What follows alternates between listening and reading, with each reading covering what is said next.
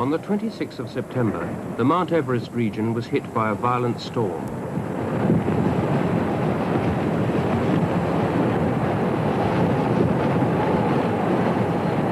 That night, a huge slab of ice broke away from the ridge facing the southwest face of Everest and crashed down into the valley 4,000 feet below. Half the tents at Camp 2 were flattened by the blast. The 1975 British Everest expedition was over.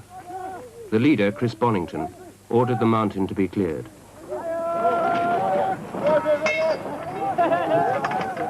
They had chosen to climb to the highest point on Earth by the most difficult route, and they had made it in record time.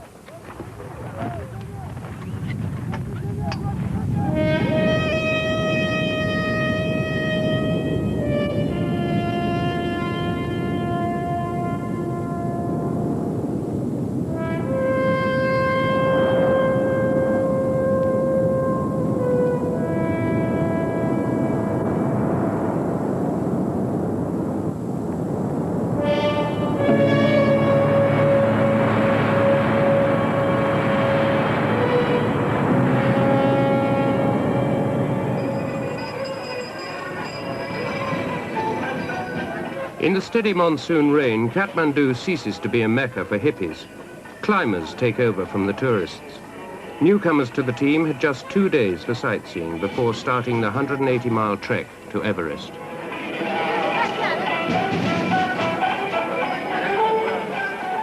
They had been chosen for the biggest, best equipped, most experienced expedition ever to leave Britain for the Himalayas. 6 of the 18 climbers had been high on the southwest face of Everest before, where 5 previous expeditions had already failed.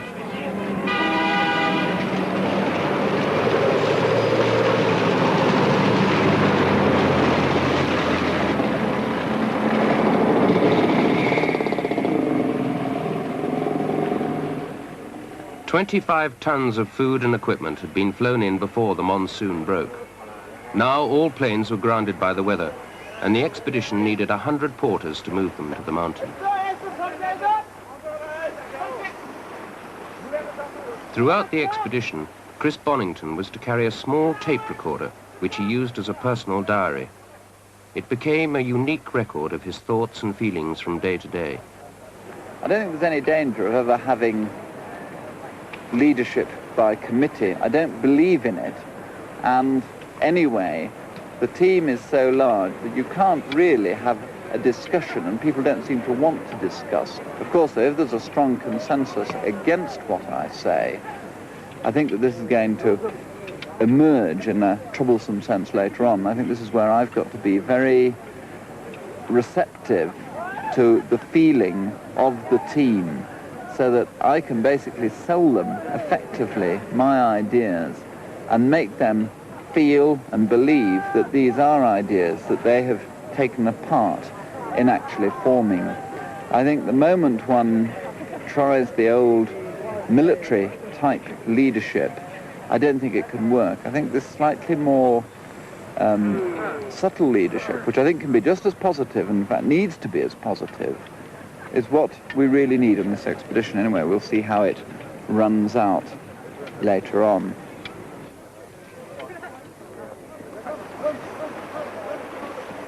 Once outside the towns, Nepal is a land without vehicles and without roads.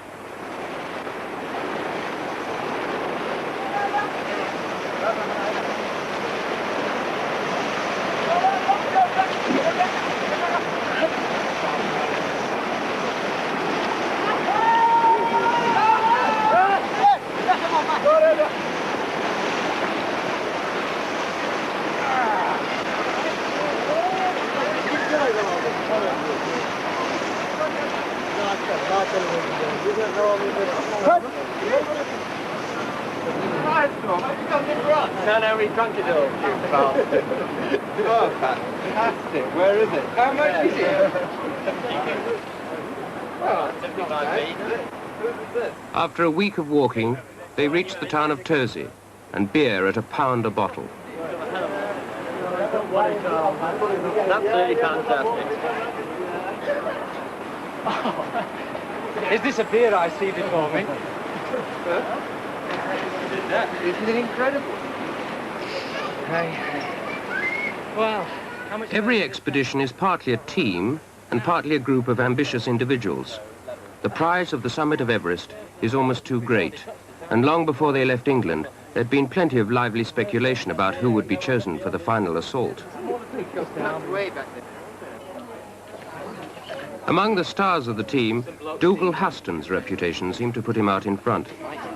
Publicly, Chris Bonington refused to commit himself so early. But as he confided into his tape recorder, a key figure in his thinking was bound to be Dougal.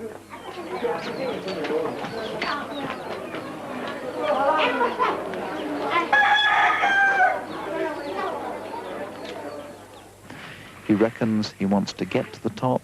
He reckons certainly that he deserves the top and that he's certainly the best person to go there. I'm inclined to agree with him. Dougal did raise the point, wouldn't it be the ideal if he and Doug Scott were paired up? I countered this, though, with the fact that I couldn't possibly put the strongest pair together right at the beginning. I'd much rather Dougal making his summit bid, as I think he probably will be in a position to do it, in conjunction with someone like Tuck Braithwaite. And it's simply a matter of making sure he has partners who are not going to let him down. For Doug Scott, this was his third attempt on the southwest face of Everest. I mean, when you're here, you want to be at home. And when you're at home for 3 days after the trip, you're about ready to go back again. At one time, I thought it was a paradox that I got to live with. But it's not. It's just a fact of life that when things are comfortable, you want them. A bit of adventure. When you've got adventure, you start thinking about comfort again. And it's something you just have to live with.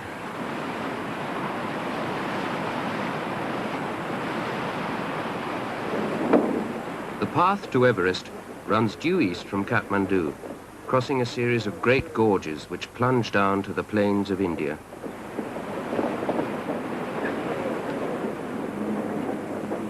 The route lay across steep ridges, sometimes as high as 12,000 feet. Each afternoon it became a race to reach the campsite before the heavy rains began. Where's the tea then? Yeah. Oh yeah. Yeah, okay. Oh, very, very good. Actually, on all the expeditions I've been, the food we've had so far is Bloody fantastic. Yeah. It's really good. I think there's a serious chance of us not making it if the stuff's like that. Well, I think the approach march gives one more of a chance than anything to get really fit. I wouldn't miss it. But this is so different from last time, isn't it, Nick? I mean, last time we had the first day was fine. It rained almost. And it rained every single day until the day we got into Namche Bazaar. And everything was wet, and it was a real hassle. Failed. Yeah. Pretty bad for India, but it's not bad for the Everest expedition. We're round about the same as the Japanese were in 1973. But they, of course, were caught they ran out of good weather on about the 3rd of October. And by that time, in theory, we could be in a position to make a summit bid. But that depends on the kind of weather we get in between. For the final stages of the march, the expedition was going to need 100 climbing Sherpas and as many as 400 porters. To control this small army, Bonington had gone against local tradition and appointed the youngest Sirdar ever to go to Everest, 28-year-old Patemba. Patemba's terrific. He's totally and absolutely one of us. He's a real climber. I must say, it'd be good if him or one of the best Sherpas gets to the top. I'm sitting and trying to fix it that it happens that way. Bra.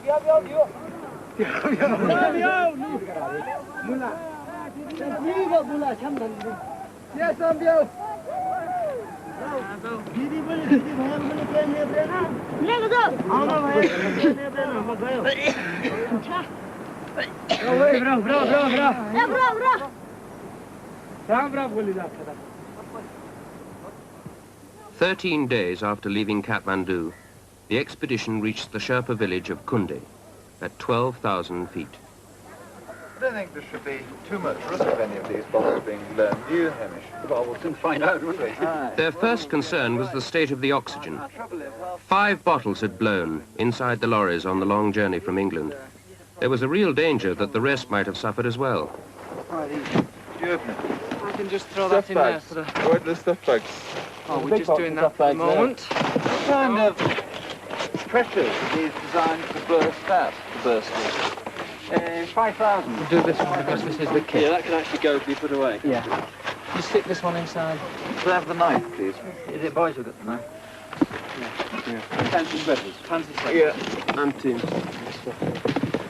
So, what about these stuff bags here as well? We got some. Well, yeah.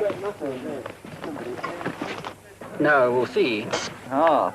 That looks all healthy, No doesn't it? problem there, is it? 3,300 psi. But when I heard that those 5 bottles had blown, of course, having actually supervised the packing, I thought, my God, That's what I thought. was it my fault, you know, that the things had That's gone? Italy's. How were they packed? Yeah, I know, right. So thank God it wasn't there. If the rest of the bottles had been faulty, then the expedition would have ended here. So.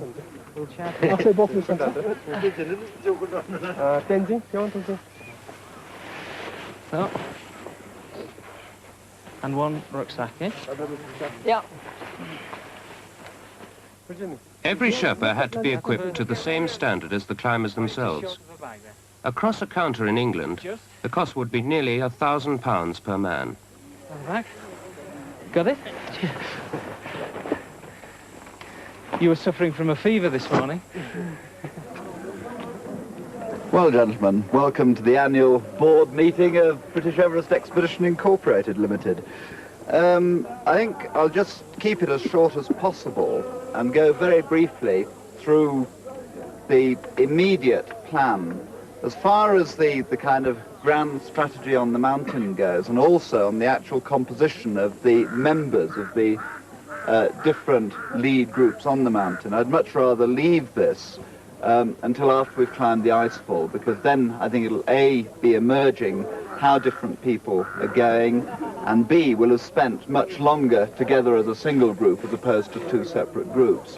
One can very easily, I think, get over impatient to be out in front and helping the expedition, doing your thing and being all involved, particularly in the Icefall. But I think it's a real mistake to try to rush it and force yourself more than your own body tells you. But I think that this business of acclimatization, I think it's something that only the individual can decide for himself.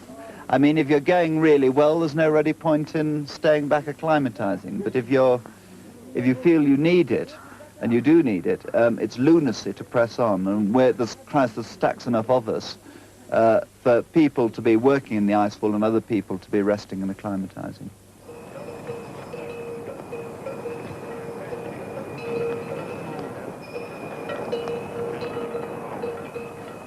Long before climbers began to come here, even before it was known to be the highest point on Earth, Everest was already a sacred mountain. Perched on a ridge at 13,000 feet stands Tangboche Monastery, once one of the most important in Nepal.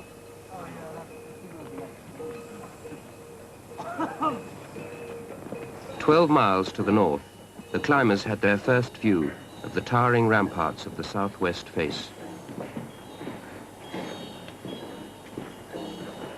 But before moving on, they paid their respects to the head lama.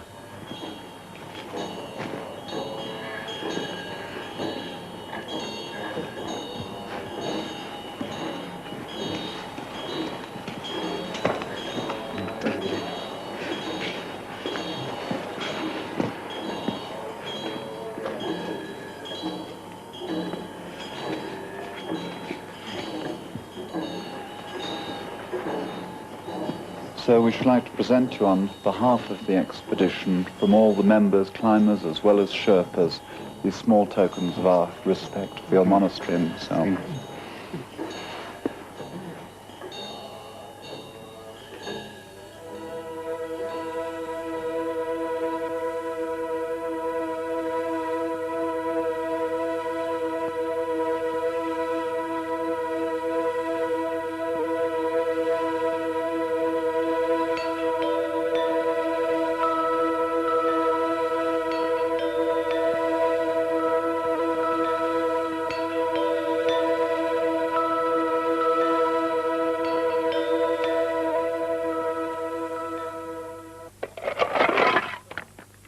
On August the 22nd, base camp was established.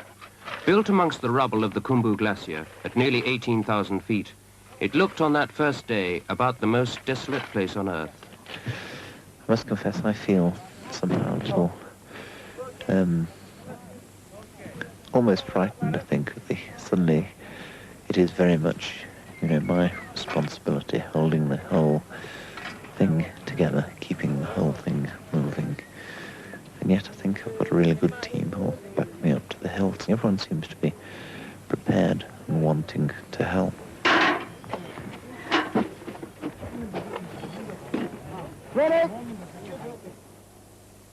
To reach the southwest face, a route had to be found from base camp up the Khumbu Icefall to establish Camp 1 at 20,000 feet. The icefall was potentially the most dangerous area of the whole climb. A frozen cataract, 1.5 miles long, composed of gigantic blocks of ice and slashed by deep crevasses.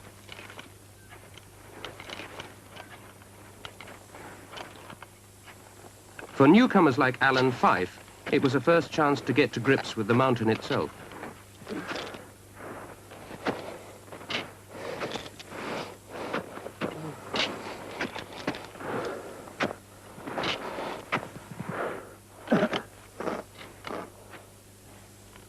Base camp was rapidly growing into a canvas shanty town. I'm afraid not. Your wife is living it up in the south of France.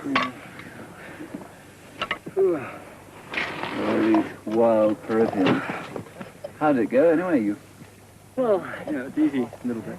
Well, I think probably it's certainly going to take us tomorrow. Right. And I think it could be another day, in fact. Oh, it before we've got may well be. Yeah. Oh, good grief, look at that.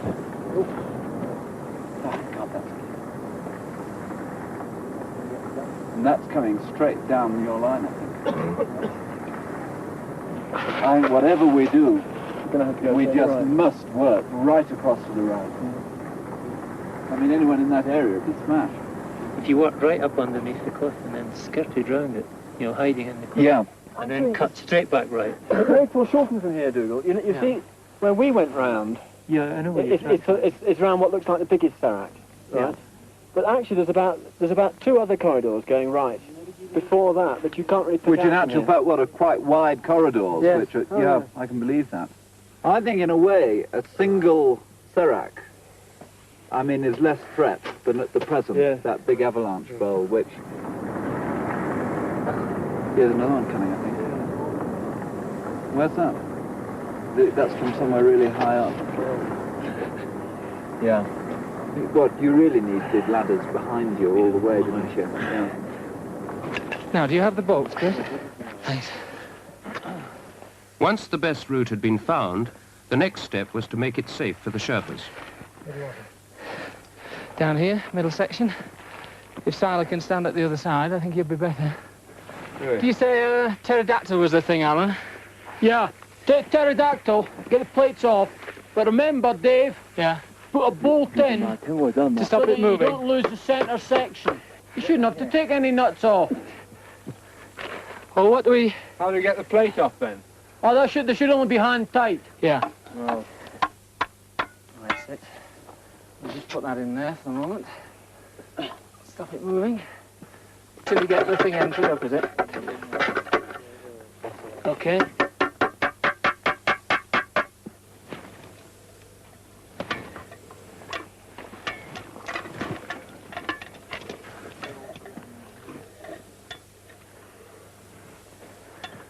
Okay.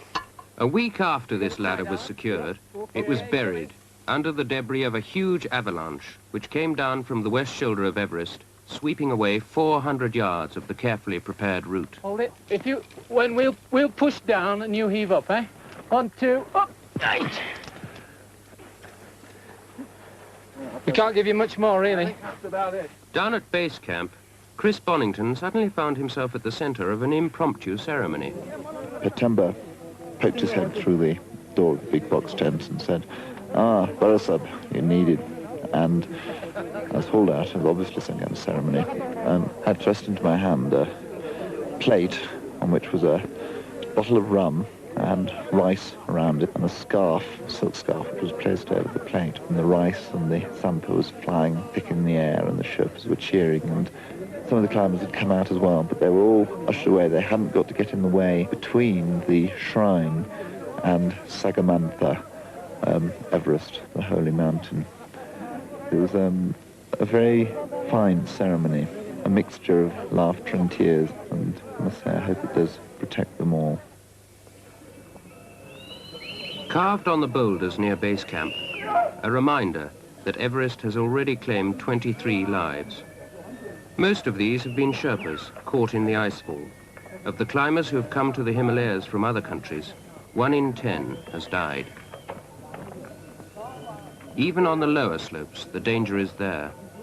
As the Buddhist ceremony came to an end, it was noticed that a young deaf and dumb porter was missing.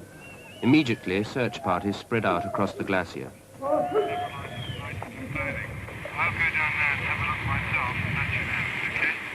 Roger, you're a bit indistinct. I understand that there's no sign of him, but there's bits of his clothing by the stream. Is that right? Over. Yeah, that's correct. Roger, okay, listening out. They're right out of sight from here. Yeah, oh yes, they're well down. You see, Charlie Clark's group and Jim Duff, they'll be quite a bit further back on here. If you were swept away, you wouldn't expect them to be any relics at all, would you? Any bits of clothing, would you? Well, this is odd to me, actually. One just can't tell, you know, until one hears. The trouble is, there are odd bits of, you know, bits of stuff all over the place. All over the ruddy place. So whether this is a false alarm or not, but... Can they drop their headbands immediately in an accident? I should have thought... Yes. Yes, they could do that. I mean, you can't with a rucksack. Can you? But if it's a strong flowing stream, and if you're, you know, if you're deaf and dumb as well, the whole situation must be that much kind of hideous. Yeah. But it's odd, I mean, Sherpas don't usually take off their clothes just like that, you know, crossing a stream or anything else. But if he did that, he wouldn't, that means he must have dropped his load as well. Hello, Adrian, come in, over.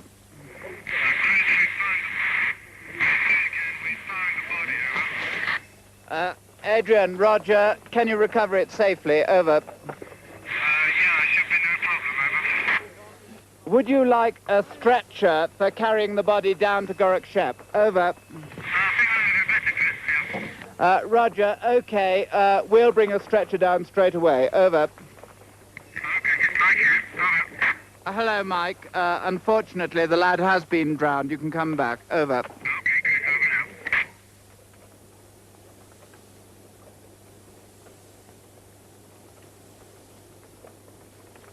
One can't help asking oneself, are these big climbs worth the loss of life? I know my own fellow climbers, and I know myself, felt this was very much an expedition accident, and somehow was worse than if it was the climbers or one of our Sherpas, because the poor lad didn't know what he was doing and was such a helpless pawn, really, in the events. But I think everything goes on. The drive to climb the mountain is as great as it ever was. Our determination is as great as it ever was. And this expedition, on as it goes, there'll be really good moments, really happy moments, really wonderful moments, and there'll be some very sad moments too, perhaps. I just pray to God there isn't another accident. The very next day, following the accident, news came through that Camp 1 had been successfully established.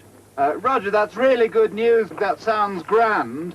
In that case, I see no reason at all why we shouldn't do the move as planned with 24 Sherpas, myself and Adrian coming up tomorrow. Do you know when Hamish and Dougal are planning to drop back? Over.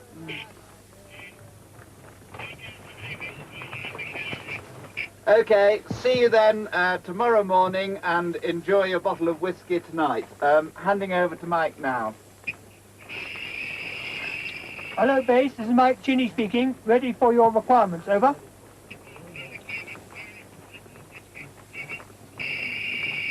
What's that? More whiskey? 1 bot whiskey. Over.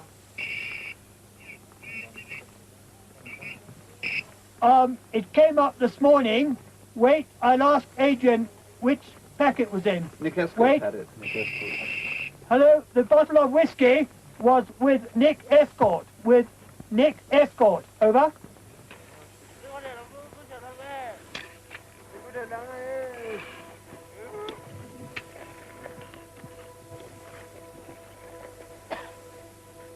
Despite the numbing cold, it was vital to move early, before the sun began its work on the great towers of ice that threatened the route.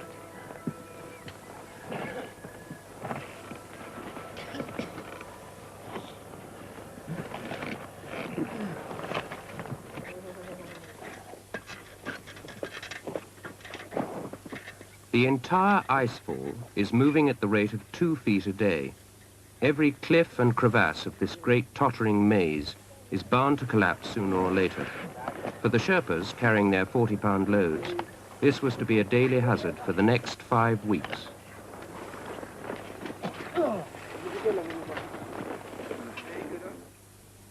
During the Japanese expedition in 1969, 6 of them were killed in a single catastrophe. I think the very fact that as leader of the expedition you're seen to be carrying a load that's as good as, or nearly as good as some of the Sherpas. I was certainly carrying about the same weight as quite a few of the Sherpas. Of course, they'd been doing 3 carries. Also that they see you making the route, trying to make it as safe as possible for them, telling them to get into a safe position, showing that you're concerned, joking and chatting with them. I think all these things help. The Sherpas aren't a solemn people. I don't think they like solemnity. And I think that you can maintain your authority over them and at the same time have a lot of fun.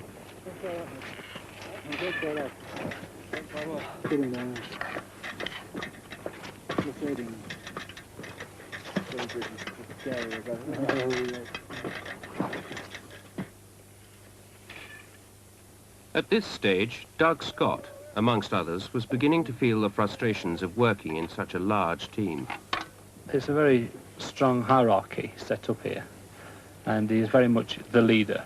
However much you might say he's coordinator, he is the leader. And it's just something within my nature, I suspect Mick more to the rest of us. But there's a kind of shop floor mentality develops. Them, the leaders, the foremen, bosses, and us. And however hard you try to suppress it, I think this comes through.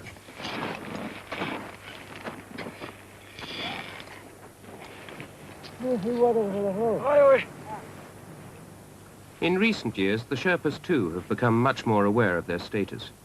They run great risks for less than £1 a day, and several Himalayan expeditions have ground to a halt simply because the Sherpas lost confidence in the leadership. But this time, there was no doubt they had complete trust in Bonington, and they showed it by the way they worked.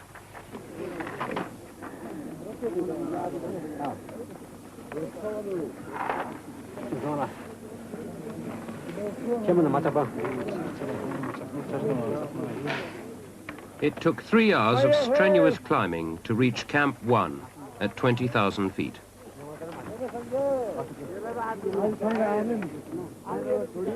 From here, the real Sherpa elite, the high-altitude porters, took over. Many of their fathers and grandfathers had been on earlier Everest expeditions.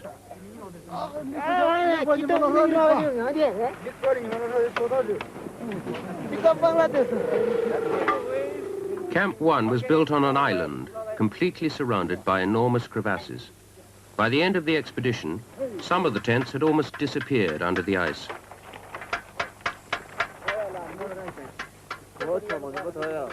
The deputy leader, Hamish McInnes, took charge of the bridge building operations. He described the area around Camp 1 as like a huge sliced loaf slowly opening. In 3 visits to Everest, he had never seen it looking so dangerous. Tell them to come down with it. Just a bit right over there a bit. Make sure you don't fall through.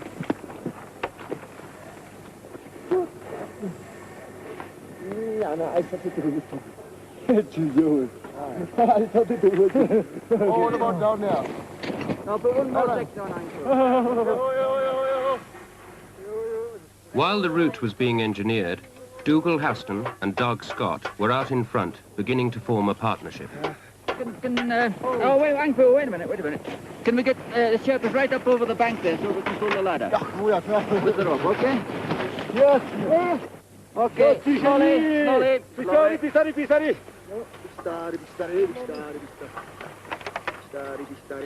Keep it tilted over this way a bit. Over this way a little bit. Fire slow to the left. Thank you. Over the left. Not don't go too much. Let it go over a bit. Right, okay. Turn it over now. Twist it now. Twist it. In 1953, John Hunt's expedition had brought just one ladder with them. This time, over 100 aluminium sections were hauled up the mountain and slotted into place. That's fine. Take that rope over there, would you? Oh. Up over behind camera. Yeah. Okay, we'll try and twist it, Alan. Right, up. There we are. Watch it. Let it go. That's fine. Oh, great. Goodbye. For Mick Burke, this was his second visit to Everest, as cameraman and lead climber. Hold it, Mick. Hold it. This rope's dangling.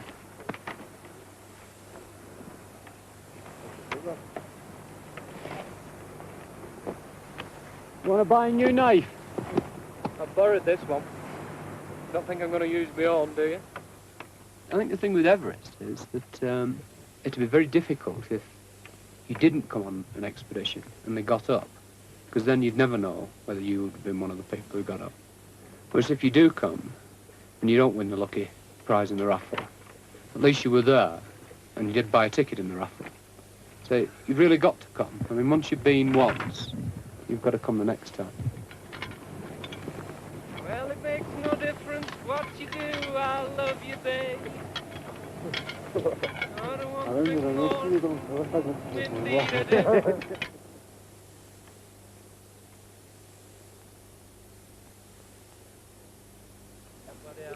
By the 29th of August, most of the team were back at base camp.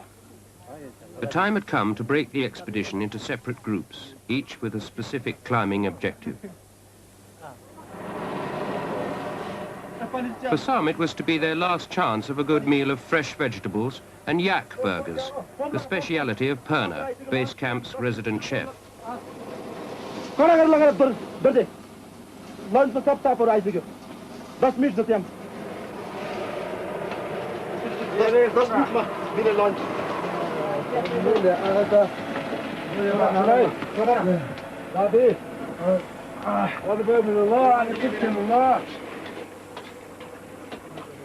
You must have an asbestos stomach. Beneath the casual atmosphere, there was a good deal of tension. They all knew that their chances of reaching the summit might well be decided in the next few minutes. Managed to force in another fish. Not a few more. Or a quarter of one, anyway. Clever bit of attention, please. I spent the last 3 days just about playing around with a permutation of names to sort out what seems to be the best, fairest and pleasantest allocation of roles up to Camp 4. I certainly don't think we want to think beyond what's going to happen at Camp 4, because so many other things can alter as we go. But as far as the run out to Camp 4 goes, of course we've got Hamish and Dougal, Doug and Alan, with Mick Burke filming, up at Camp 1 at the moment, pushing the route through to 2. As soon as they've pushed the route through to 2, Ronnie, who's going up to Camp 1 tomorrow, will join Doug and Alan and Mick to form kind of the first group, and they'll push through to 2 and push the route through to Camp 3. They'll then come back here, if they want, and I should imagine they will want, for a rest before coming back up again. The next group, I've called it the B team, which will be pushing the route out from 3 to Camp 4, will be Nick and Tut with 2 Sherpas. The reason why I put 2 Sherpas in with them is that it's a particularly long run, requiring, in fact, quite heavy loads carried by the Sherpas. And for timber, could you pick two really good Sherpas to go with Nick and Tut? From Camp 1, a way had been found up the western Khumbu, and Camp 2 was now established at 22,000 feet. From there, the expedition planned to make 3 camps on the southwest face itself, starting with Camp 3 at 23,000 feet. This site was later abandoned in favor of a slightly higher Camp 4. The route then led up the great central gully to Camp 5, precariously perched below the rock band at almost 26,000 feet.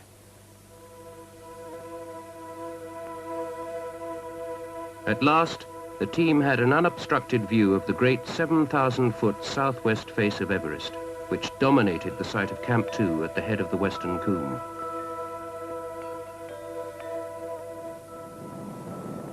Snow conditions looked very dangerous. For several days, the climbers watched the avalanches pouring off the mountain.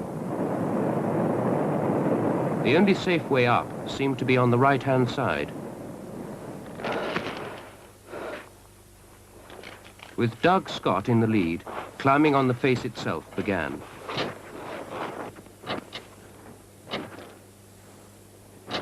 Before I got some definite role to play, and I think it must go for a lot of the other lads, you felt, or I felt, that there was this, the leadership, and then there were the rest of us that were being sort of ordered about.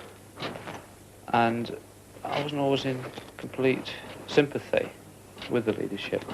But as soon as we had a role to play, it was fine. I felt much closer to things. There was something to go for. And I think this was the same throughout, that the kind of underground leadership united with the actual leadership, and we worked as one. And we're fully behind all of Chris's decisions.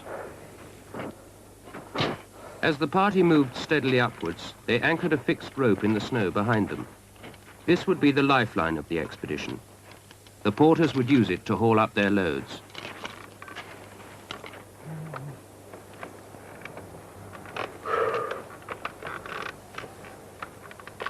At 23,000 feet, they came to an overhanging rock.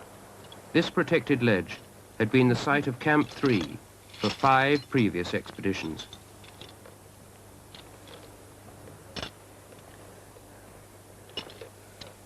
All that remained were a few old ropes, some tins of Japanese bean sprouts, carabiners and long metal ice screws. It was like a museum of mountaineering history. What an advantage. It's very light, 16 pounds. It's not bad, is it? This was to be a special box tent for the highest camp of all. The door on the side was because of the configuration of the pole, but it's one of these accidental design features, which in fact is quite good. I think it's quite handy having a door on the side, don't you? Mm-hmm. It's really working quite well, you know. But I don't suppose we'll ever take it down again. When it goes up to Camp 6, it'll stay there, you know. Well, it doesn't seem to be much point. And anyway, it won't offend the ecologists, because it's going to be blown away within a season anyway. Yeah, and it's green too, isn't it? They like green colours. Not very big, of course, but still, it's high altitude bed and breakfast, 27,000 feet. Well, not many houses as high as that. I was looking at the pictures, and certainly the site looks pretty small. I reckon it's just about the right size for it. I hope we can guide it down all right. I'd hate to think to blow away whilst the summit party were up the hill and come back and there's no tent. And meantime, it's flown over into Tibet or something. Oh, that could be quite interesting, yeah. The route between Camp 1 and Camp 2 passed under the menacing ramparts of Nuptse, an almost vertical wall of ice stretching up to 26,000 feet. To reduce the risk of avalanches, all movement took place in the early morning. But once the sun rose above the summit ridge, it seemed to suck the air out of the reflecting bowl of the western Khumbu, and the climbers found themselves gasping for breath in that great oven of ice. You look as you've got a big, heavy sack there. Kept adding bits that I thought you'd like. Oh, right. You take it off because right. I'm sure they bastard. This is what Burrasaabs are for. Oh, thank you. We'll go. Cup of tea. Right, come and have some tea anyway. You should be surprised to see me here, actually. Yes, I am, right. You know, we've had a crisis. Oh, dear. We've Mike and I came down to break the trail for them. Met them at 8 o'clock. About a quarter of the way up. Yeah? The avalanche has just started to trundle. Oh dear.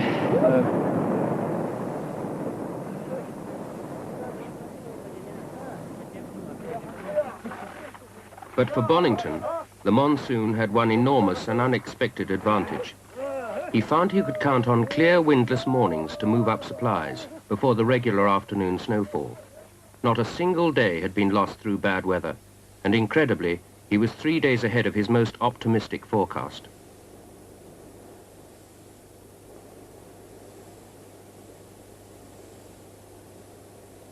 Two gleaming prospects now presented themselves. They had a real chance to climb the mountain before the end of September, and he might also be in a strong enough position to give all his lead climbers a chance for the summit. With very little protection from above, Camp 4 clung to the face at 24,000 feet.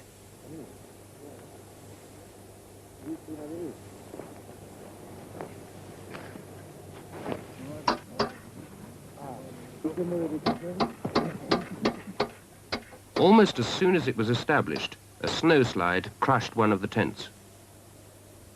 To prevent it happening again, sheets of toughened nylon were stretched over the roofs so that any further falls of ice or rock would shoot right over the top.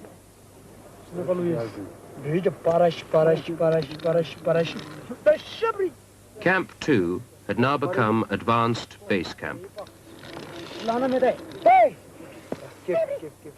From now on, every Sherpa would receive a £5 bonus for carrying a load to Camp 5 and £10 if he reached Camp 6.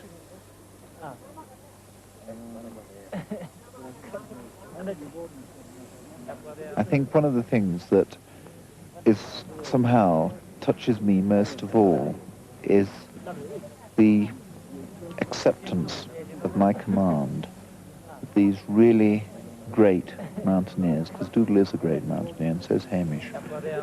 And it really, I think it brings the best out of you. I feel a strength in me that I somehow sometimes doubted that I had before the expedition, when I went into the kind of absolute blind stage fright, almost terror of this giant responsibility that I've built up for myself.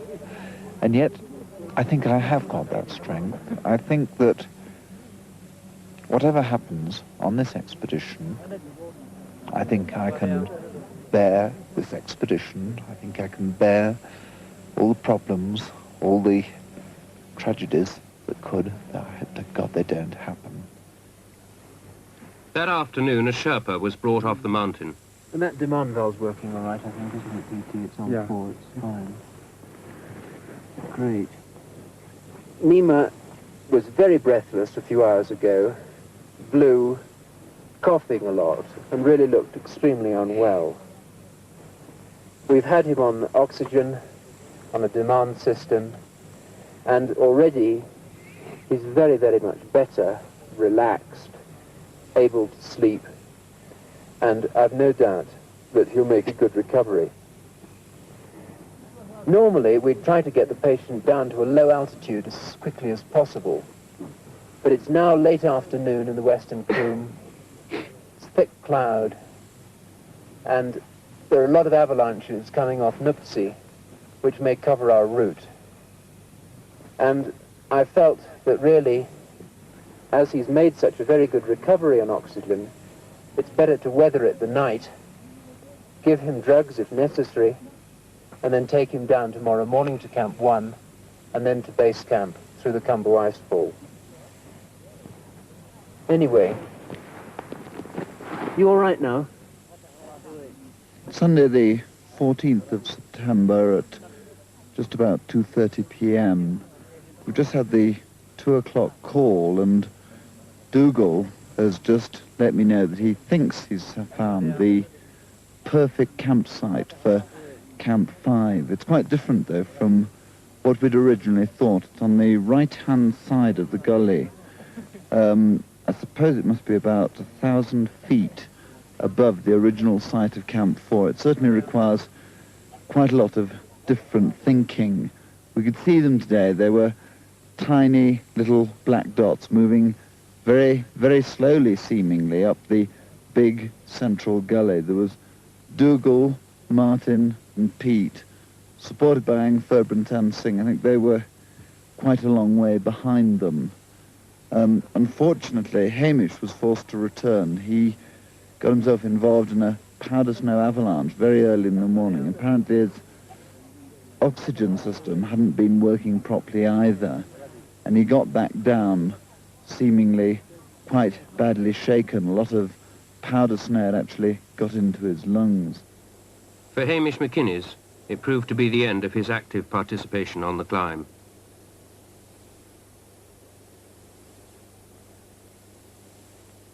Chris Bonington himself now moved up towards the rock band. With him was Mick Burke, whose camera was beginning to be affected by the altitude.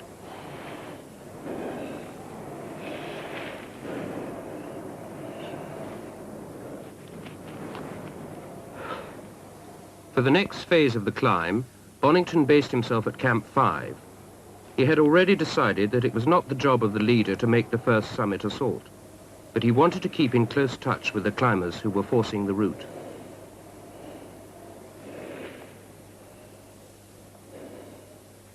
Above him towered the 700-foot precipice of the rock band, which had blocked all previous attempts on the face. From his previous experience in 1972, and from studying photographs of the face, Bonington knew that the only possible route up the rock band would be one of the gullies at the left-hand end. If a way could be forced through this vertical cliff, Camp 6 would be established here for the final push to the summit. The first to attempt this great unclimbed barrier were Nick Escort and Tut Braithwaite. It was like a big giant Scottish gully. And he went across and found another belay, and I went up. Then the oxygen ran out, shit. And it was about 27,000 feet. That was going to burst, so I just panicked. Yeah, actually more, really, right? 27.5, yeah. I just panicked. I mean, I didn't myself, there was nothing. And I pulled the mask off and got some, just hung on there and got a pit and hung on to it. And just went on for about another 30 feet. The shock of running out of oxygen and the pitch itself. And I'd have fell off. I got no runners for about 100 feet.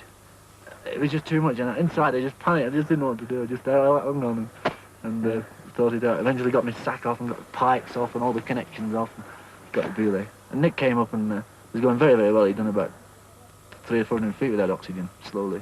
I was quite, well, comparatively used to going without oxygen now. I mean, you're still, you're like a sort of 105-year-old war veteran or something. Legs feel just like lead. Oh, you feel terrible, but at least I had some go left in me. And I started up this gangway, and the first 20 feet or so was quite easy. What it is, there's an overhanging wall like this, and a ramp going across it. And the wall is made of very compact, very hard rock like the rock band. But this is made of very messy, loose rock, covered in, because it wasn't quite vertical, covered in very soft powder. And the only really good hold was I could wedge my arm behind the sort of snowdrift, and you just hope that this great boss of snow would stay there, because you're hanging with most of your weight on it. And I inched my way slowly up this with my arm hooked around this thing, trying to find footholds. And I remember in a state of absolute desperation trying to get a peat-on in, and I scrabbled some snow out from the back, holding on with this part of my arm, scrabbling snow out with that part. And I found a little crack about an inch wide, and I got a peat-on out with an enormously difficult, because snow everywhere, goggles all misted up, absolutely panting helplessly. And I got a peat-on out and put it in this crack, and then had an incredible struggle to get the hammer out of my holster, because it got jammed in my holster for some reason, or I don't know quite why. And I eventually got it out, but I think they thought I was falling off. And I thought you were falling off. Yeah. And I wasn't going to give up, because I knew if I gave up trying to do this pitch and he had done it, I'd have been kicking myself for years. Anyway, I eventually got this thing, hammered this peat-on in, and it was obviously useless. But if you pulled it just in one direction, it was safe. So I managed to lean out on it a little bit, walk my feet up, and then walk my other arm in, and then walk my second arm in. And I went on another, I don't know, 30 or 40 feet, not very far. Just, there's an obvious big shore. Right, which was obvious at the top of this, you know, rock band, and it's a rock band really that stops 7 other expeditions. I hope we find a way through it. I really do.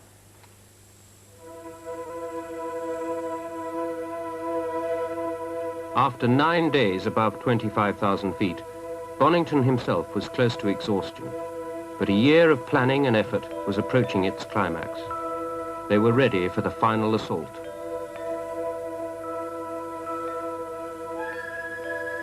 It's these moments that make Everest so worthwhile. I think there's the tightness of the teamwork that we've managed to achieve, the friendships that we've managed to build, the fascination of the organization. But there's as well this mystical beauty, this mystical kind of experience in yourself that I think it means that when you get back, you'll certainly never be the same person again. You'll certainly never see the world again in quite the same way. At 3:30 on the morning of September the 24th, Dougal Haston and Doug Scott set out from Camp 6. You can make the leader very clearly. You can get the occasional flash as well of you can see him in the naked dead man he's got. You can get the occasional flash with a naked eye. I think they made such fast progress probably across, firstly starting very, very early with the snow conditions in good nick. And of course the line of fixed rope. The only worrying thing is the end of their fixed rope must be at least 400 feet behind them. And they've just got that one length of rope with them. What about the time thing, like oxygen? They've got two bottles of oxygen. They've got no problems there. They're very early. You see, they're, let's see, 10:15 now. Say they left at, they said 3:30. I bet they didn't leave before 5. 5, 6, 7, 8, 9, 10. Working hard. I reckon they're getting towards the end of their first bottle of oxygen. And the key thing is, I'd say that, I mean, they're 100% certain of getting to that. To make the South Summit. Oh, yeah. And they're not 100% certain of making the summit. But I should have thought that the second party must make the summit. Right. And if they don't, third, definitely. Oh, yeah. Well, with a bit of luck, your third party should have a complete line of fixed rope right the way across the top of the gully. Down that groove on the left. Whereabouts? Through the long lens of the camera, the avalanche looked as if it would engulf them. In fact, it missed them by about 50 yards. As they moved higher up the mountain, the snow conditions became steadily worse, as Doug Scott recalls. The snow was really bad in this gully. It was soft. We sank up to our thighs. At one point, we were actually wading with the snow up near our chests. And it took, I suppose, about a couple of hours to get up this gully to the south summit. Well, Dougal was all for bivouacking and getting up 3 o'clock in the morning when the snow might have hardened. But I can't say that I'm at my best at 3 o'clock in the morning, especially after a night up there. And I was all for pushing on there and then. I mean, there was the summit of Everest. And we had got time, it seemed, to reach it before it was actually dark. The watchers at Camp 2 were growing anxious. For 6 hours, there'd been no sign of them, and by late afternoon, it began to look as if they must have turned back. Hey, there's lumps of snow falling off the top of that spur above. They're still going uphill. I thought I saw somebody kicking steps, you see. There's something, there's odd lumps of snow. Right at the top of that spur, That little step, look. Yeah. You see snow blowing off? Yes, and to the right there's a body. Now watch, and every so often you'll see a lump of snow fall down. They're still going uphill. Time shortened. I mean, there's no way they can get back to their camp. It was now certain that the pair would have to spend the night on top of Everest. The chances of surviving without frostbite were remote. Hello, Pete. Now, I think this means that your role tomorrow could well possibly, rather than being a summit role, could be a rescue one. It is absolutely essential that you get the 3 reels of rope up to Camp 6, and I think perhaps start, if ideally tomorrow, actually roping out towards the the gully leading up towards the south summit, because it's just possible they'll be in a very bad way when they come back. Is that understood? Over. They now knew that Haston and Scott were trying for the summit that night. The last serious obstacle was the Hillary Step, a rock buttress encased in snow. After the Hillary Step, the angle of the ridge was quite gentle, like a huge whaleback, and we took it in turns to break trail through the crusty snow. Great slabs of snow would break off and tumble down towards the western Khumbu on our left. Then, to their astonishment, they saw the strange metal tripod left by the Chinese expedition in the spring. A few more steps, and they were on the summit of Everest. Well, I suppose we got there just at the absolute best time possible. It was a bit awe-inspiring being there just before dark, and then you've got to get back somewhere to sleep. But we did see the most incredible sunset, far better than any sunset I've ever seen in the mountains before. And we're looking down on the sun setting. Well, it seemed to set several times because there were layers of cloud that kept drifting in, and the sun would explode behind them. And then it was casting Everest's shadow right into Tibet, and that was all purple and brown in Tibet, and then there was all white going pink in Nepal. It was just a fantastic sight.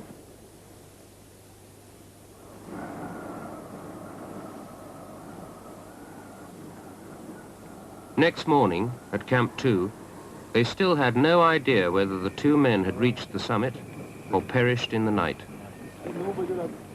Then at 7:30, the radio crackled into life. Hello, Doug. It's Great to hear you. Did you make it? Over. Yes, we started up over at 6 o'clock last night, just as the sun was setting. Fantastic evening. Wonderful, Doug. Congratulations from every single one of us. How are you? How are you? Over. Roger, okay. Do you think you've got any frostbite? Over. No, I don't think so. We had a very miserable bivouac at the outside last night. Well, that really is wonderful news, Doug. The other lads will probably be with you very soon. Do you want to, why not put a brew on now, get yourselves warmed up? We're on open it, we're listening out the whole time, so as soon as you've got yourself sorted out, you can come back to us. But meanwhile, congratulations from every single one of us. Well done. As Haston and Scott prepared to descend from Camp 6, 8 more of Bonington's lead climbers were already moving up, hoping for their chance at the summit. It's a difficult problem for me now. We've climbed the mountain, we've got success, but obviously my other lead climbers want a chance at having a go at it. And each one of them is raring to go. So I think I'm going to have to, provided the high winds don't come in, and there's a sign both from the long distance forecast and also the way the winds are scudding over the top of Everest and Lhotse, that the winter winds are beginning to arrive. But I think I've got to let them have their go.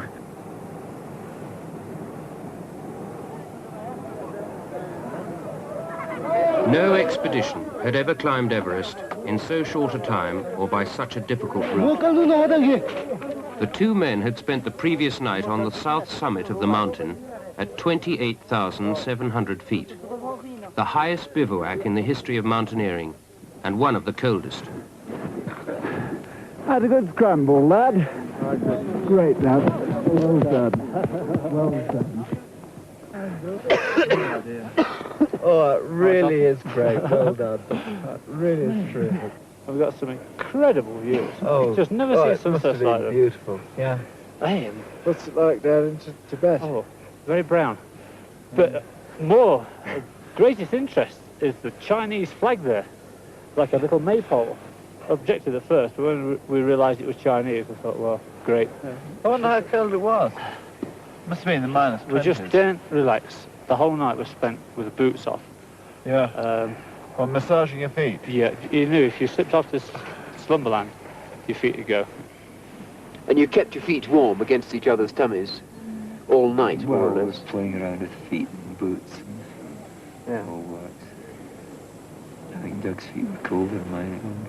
Well, I've never had a night like that one. It was every bone, every muscle was cold right throughout the night. In fact, we went on enlarging the snow hole just to keep warm. I'm too worried about it. Is that one looks a bit as if it may form a black cap? Black and stuff. Should look after it, but you obviously won't lose it. And that one much the same. By that finger looks as if it's going to form a blister, doesn't it? Yeah. It had been Dougal-Haston's faulty oxygen set which nearly defeated the first attempt. By the time Martin Boyson checked his own mask for the second assault, only 5 of the original 18 sets were still working.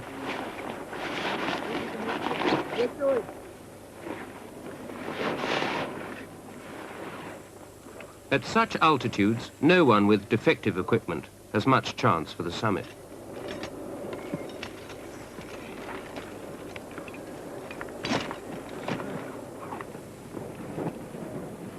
By the evening of the 25th, the weather was beginning to break. I was more tense, I think, than I'd been at any other time during the expedition, even during the summit bed. I was definitely unhappy about this second attempt.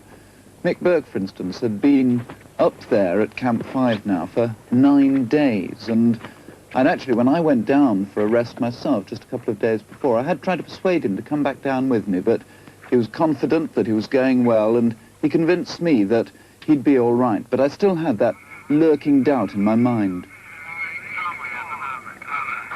He is going so slowly that there would be a situation where he must be left behind. And if he was left behind, something serious could go wrong.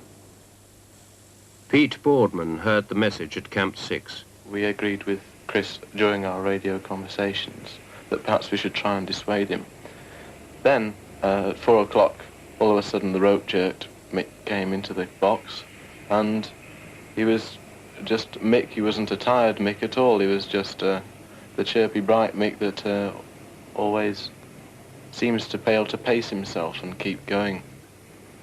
He just didn't question the fact that he'd be going for the summit. And when you're at Camp 6, anything that anybody says when they're 6,000 feet lower down, whether it's advice, orders, or anything, it's apart from you.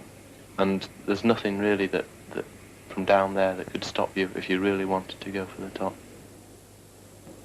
Next morning, at first light, the 4 men set out for the summit. Mick Burke, Patemba, Martin Boyson, and Pete Boardman. Martin was going first, and he was only going about 3 or 4 paces at a time, and he sort of mumbled through his oxygen mask how he wasn't going well, and screamed at me to take over. We exchanged a few words through oxygen masks, and I overtook him. Eventually I reached this rock step, and Mick caught me up. I thought, well, I'll struggle up this rock step first, and then, you know, if Mick's going faster, he can overtake me as well. And I struggled, and I just wasn't working at all well, and eventually I noticed a crampon had dropped off. And then I noticed on my other foot that it was also without a crampon. So I in fact lost 2 crampons on this rock step. One I picked up, and the other one I just saw gently rolling down the slope. I thought, oh God, that's it. You know, I might as well turn back. And Mick, he saw this and said, oh, hard luck, old son. You know, that's it. Cheerio. And I said, well, wished him good luck with as good a feeling as I could manage. And I staggered back in the dark to the tent, and the others went off. We just kept on plodding across. It's quite a long ascending traverse line towards the gully up towards the south summit. Fortunately, there was a nice friendly fixed rope over the rock step in which Dougal and Doug had left. I woke up about 11 o'clock, and might have been a bit earlier, And I looked out, very, very windy, and I could see two figures on the summit of the south summit, and I could see one figure some way below going up to the south summit, which obviously was Mick. And really I thought, well, that's it, they've cracked it. We still thought we got plenty of time to go on towards the main summit, and visibility still not very good all the way along there, about 50, 60 feet perhaps, but the sun was shining through the clouds and there was no major spindrift covering our steps, so we thought we were still fairly justified in carrying on. I, of course, couldn't see them by that time, and but I was getting a little bit worried because the weather was really turning nasty. The wind had been getting up all day. Clouds had been coming in, and in fact it was beginning to snow. And that was at Camp 6, and on the summit, obviously, it would be a lot more severe, the conditions, the wind especially. We plodded up to the summit. I sort of sat down about 10 foot below it, and I waved up the timber. We both felt very pleased and happy to be up there. And after about half an hour, 40 minutes, we started off back down again. Very confident that we were going to have a nice sort of leisurely, safe descent. And all of a sudden we saw Mick. I thought it was Martin at first. I hadn't expected Mick to have been going so strongly and keenly. So it was great to see him. We exchanged a few words. He seemed very strong, and he wanted us to go back to the summit to film. But as we were moving, roped, taking a bit more time, we also wanted to conserve our energy for the way down. We said, well, no, we'll go on. He filmed us a bit. We said, you want to come? He said, oh, I'm near now, I'll go up. That was the summit. So we said, all right, and in fact, he said, well, will you wait for me at the south summit? So we said, oh, yeah, sure, we'll wait for you down there. And we set off again, and within the next half an hour, the weather really deteriorated considerably. The winds didn't increase all that much, but it started spin drifting very fiercely. We couldn't find it very difficult to see. The snow started covering up our steps, and the weather was really very bad when we reached the south summit. But that was within half an hour, say, of having met Mick. So I thought, we'll just have to wait a few minutes here for Mick to catch us up, and we'll go down with him. And in fact, we waited there over an hour and a quarter. I don't know how long it was, an hour and 20 minutes. And we waited there until 4 o'clock. It was howling gale. Snow was really rattling down, the tents were rattling. And I began to get extremely worried at that point, because I was thinking, well, if they don't actually get back, or if they miss the ropes due to the whiteout conditions or anything else, then if they have to stay a night out in that weather, then I thought that's going to be extremely serious. They could very, very easily die. The probability would be that they would die, in fact. We could see about 5 feet at this time. The snow was icing up our eyes, and we just felt we had to go. We just couldn't wait any longer, because with the weather being as it was, we'd have never survived a night out there. I was in a hell of a state. I didn't know what to do. I didn't know whether to get out there and get me things on and go out up the ropes or what, or whether that would be useless or not. I didn't think I could really give them much help, quite honestly. But anyway, so I thought, well, the best thing to do is to put a brew on anyway and get some tea just in case they are coming. 5 o'clock came, and they hadn't come back, and I started worrying very much. It was getting virtually dark when I suddenly saw 2 oxygen cylinders, which I knew was the end of the fixed rope. And we went just before, as I was moving towards them, we got in a big spindrift avalanche where it hit me. BT dug his ice axe in and belayed. I just hung on, and it lasted a long, long time. It was the sort of thing you couldn't have survived if you weren't wearing an oxygen mask.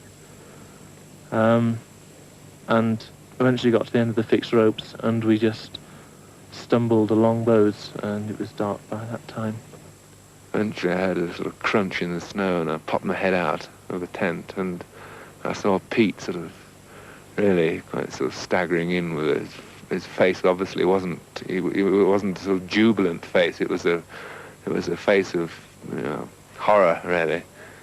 And I immediately asked, you know, how many of there are you? And he said, there's myself and PT. I said, where's Mick? He said, oh, God knows.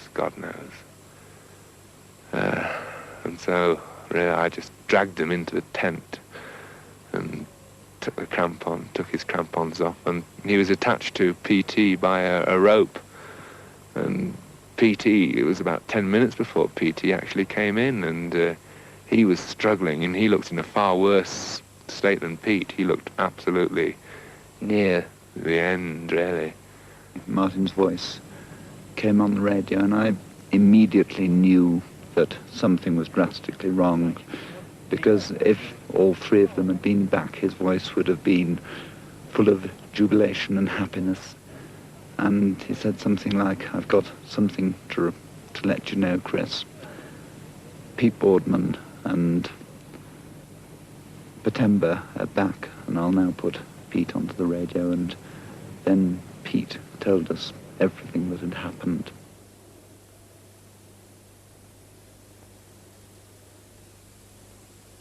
There was a strange mixture of emotions as they came back down towards us.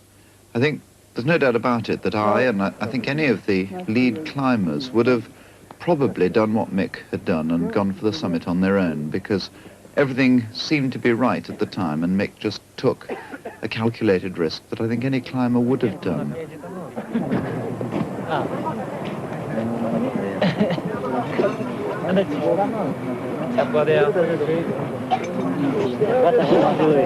Well done, Pete. Congratulations, Pete.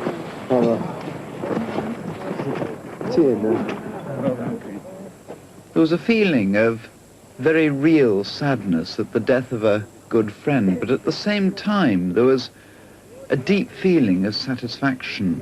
We'd all put so much into this expedition. We'd had our previous attempt in 1972. We'd spent a year of planning, of real hard graft, of actually getting the expedition together. And then, of course, there was the climb itself, and I think everyone had pushed themselves harder than I've ever known before.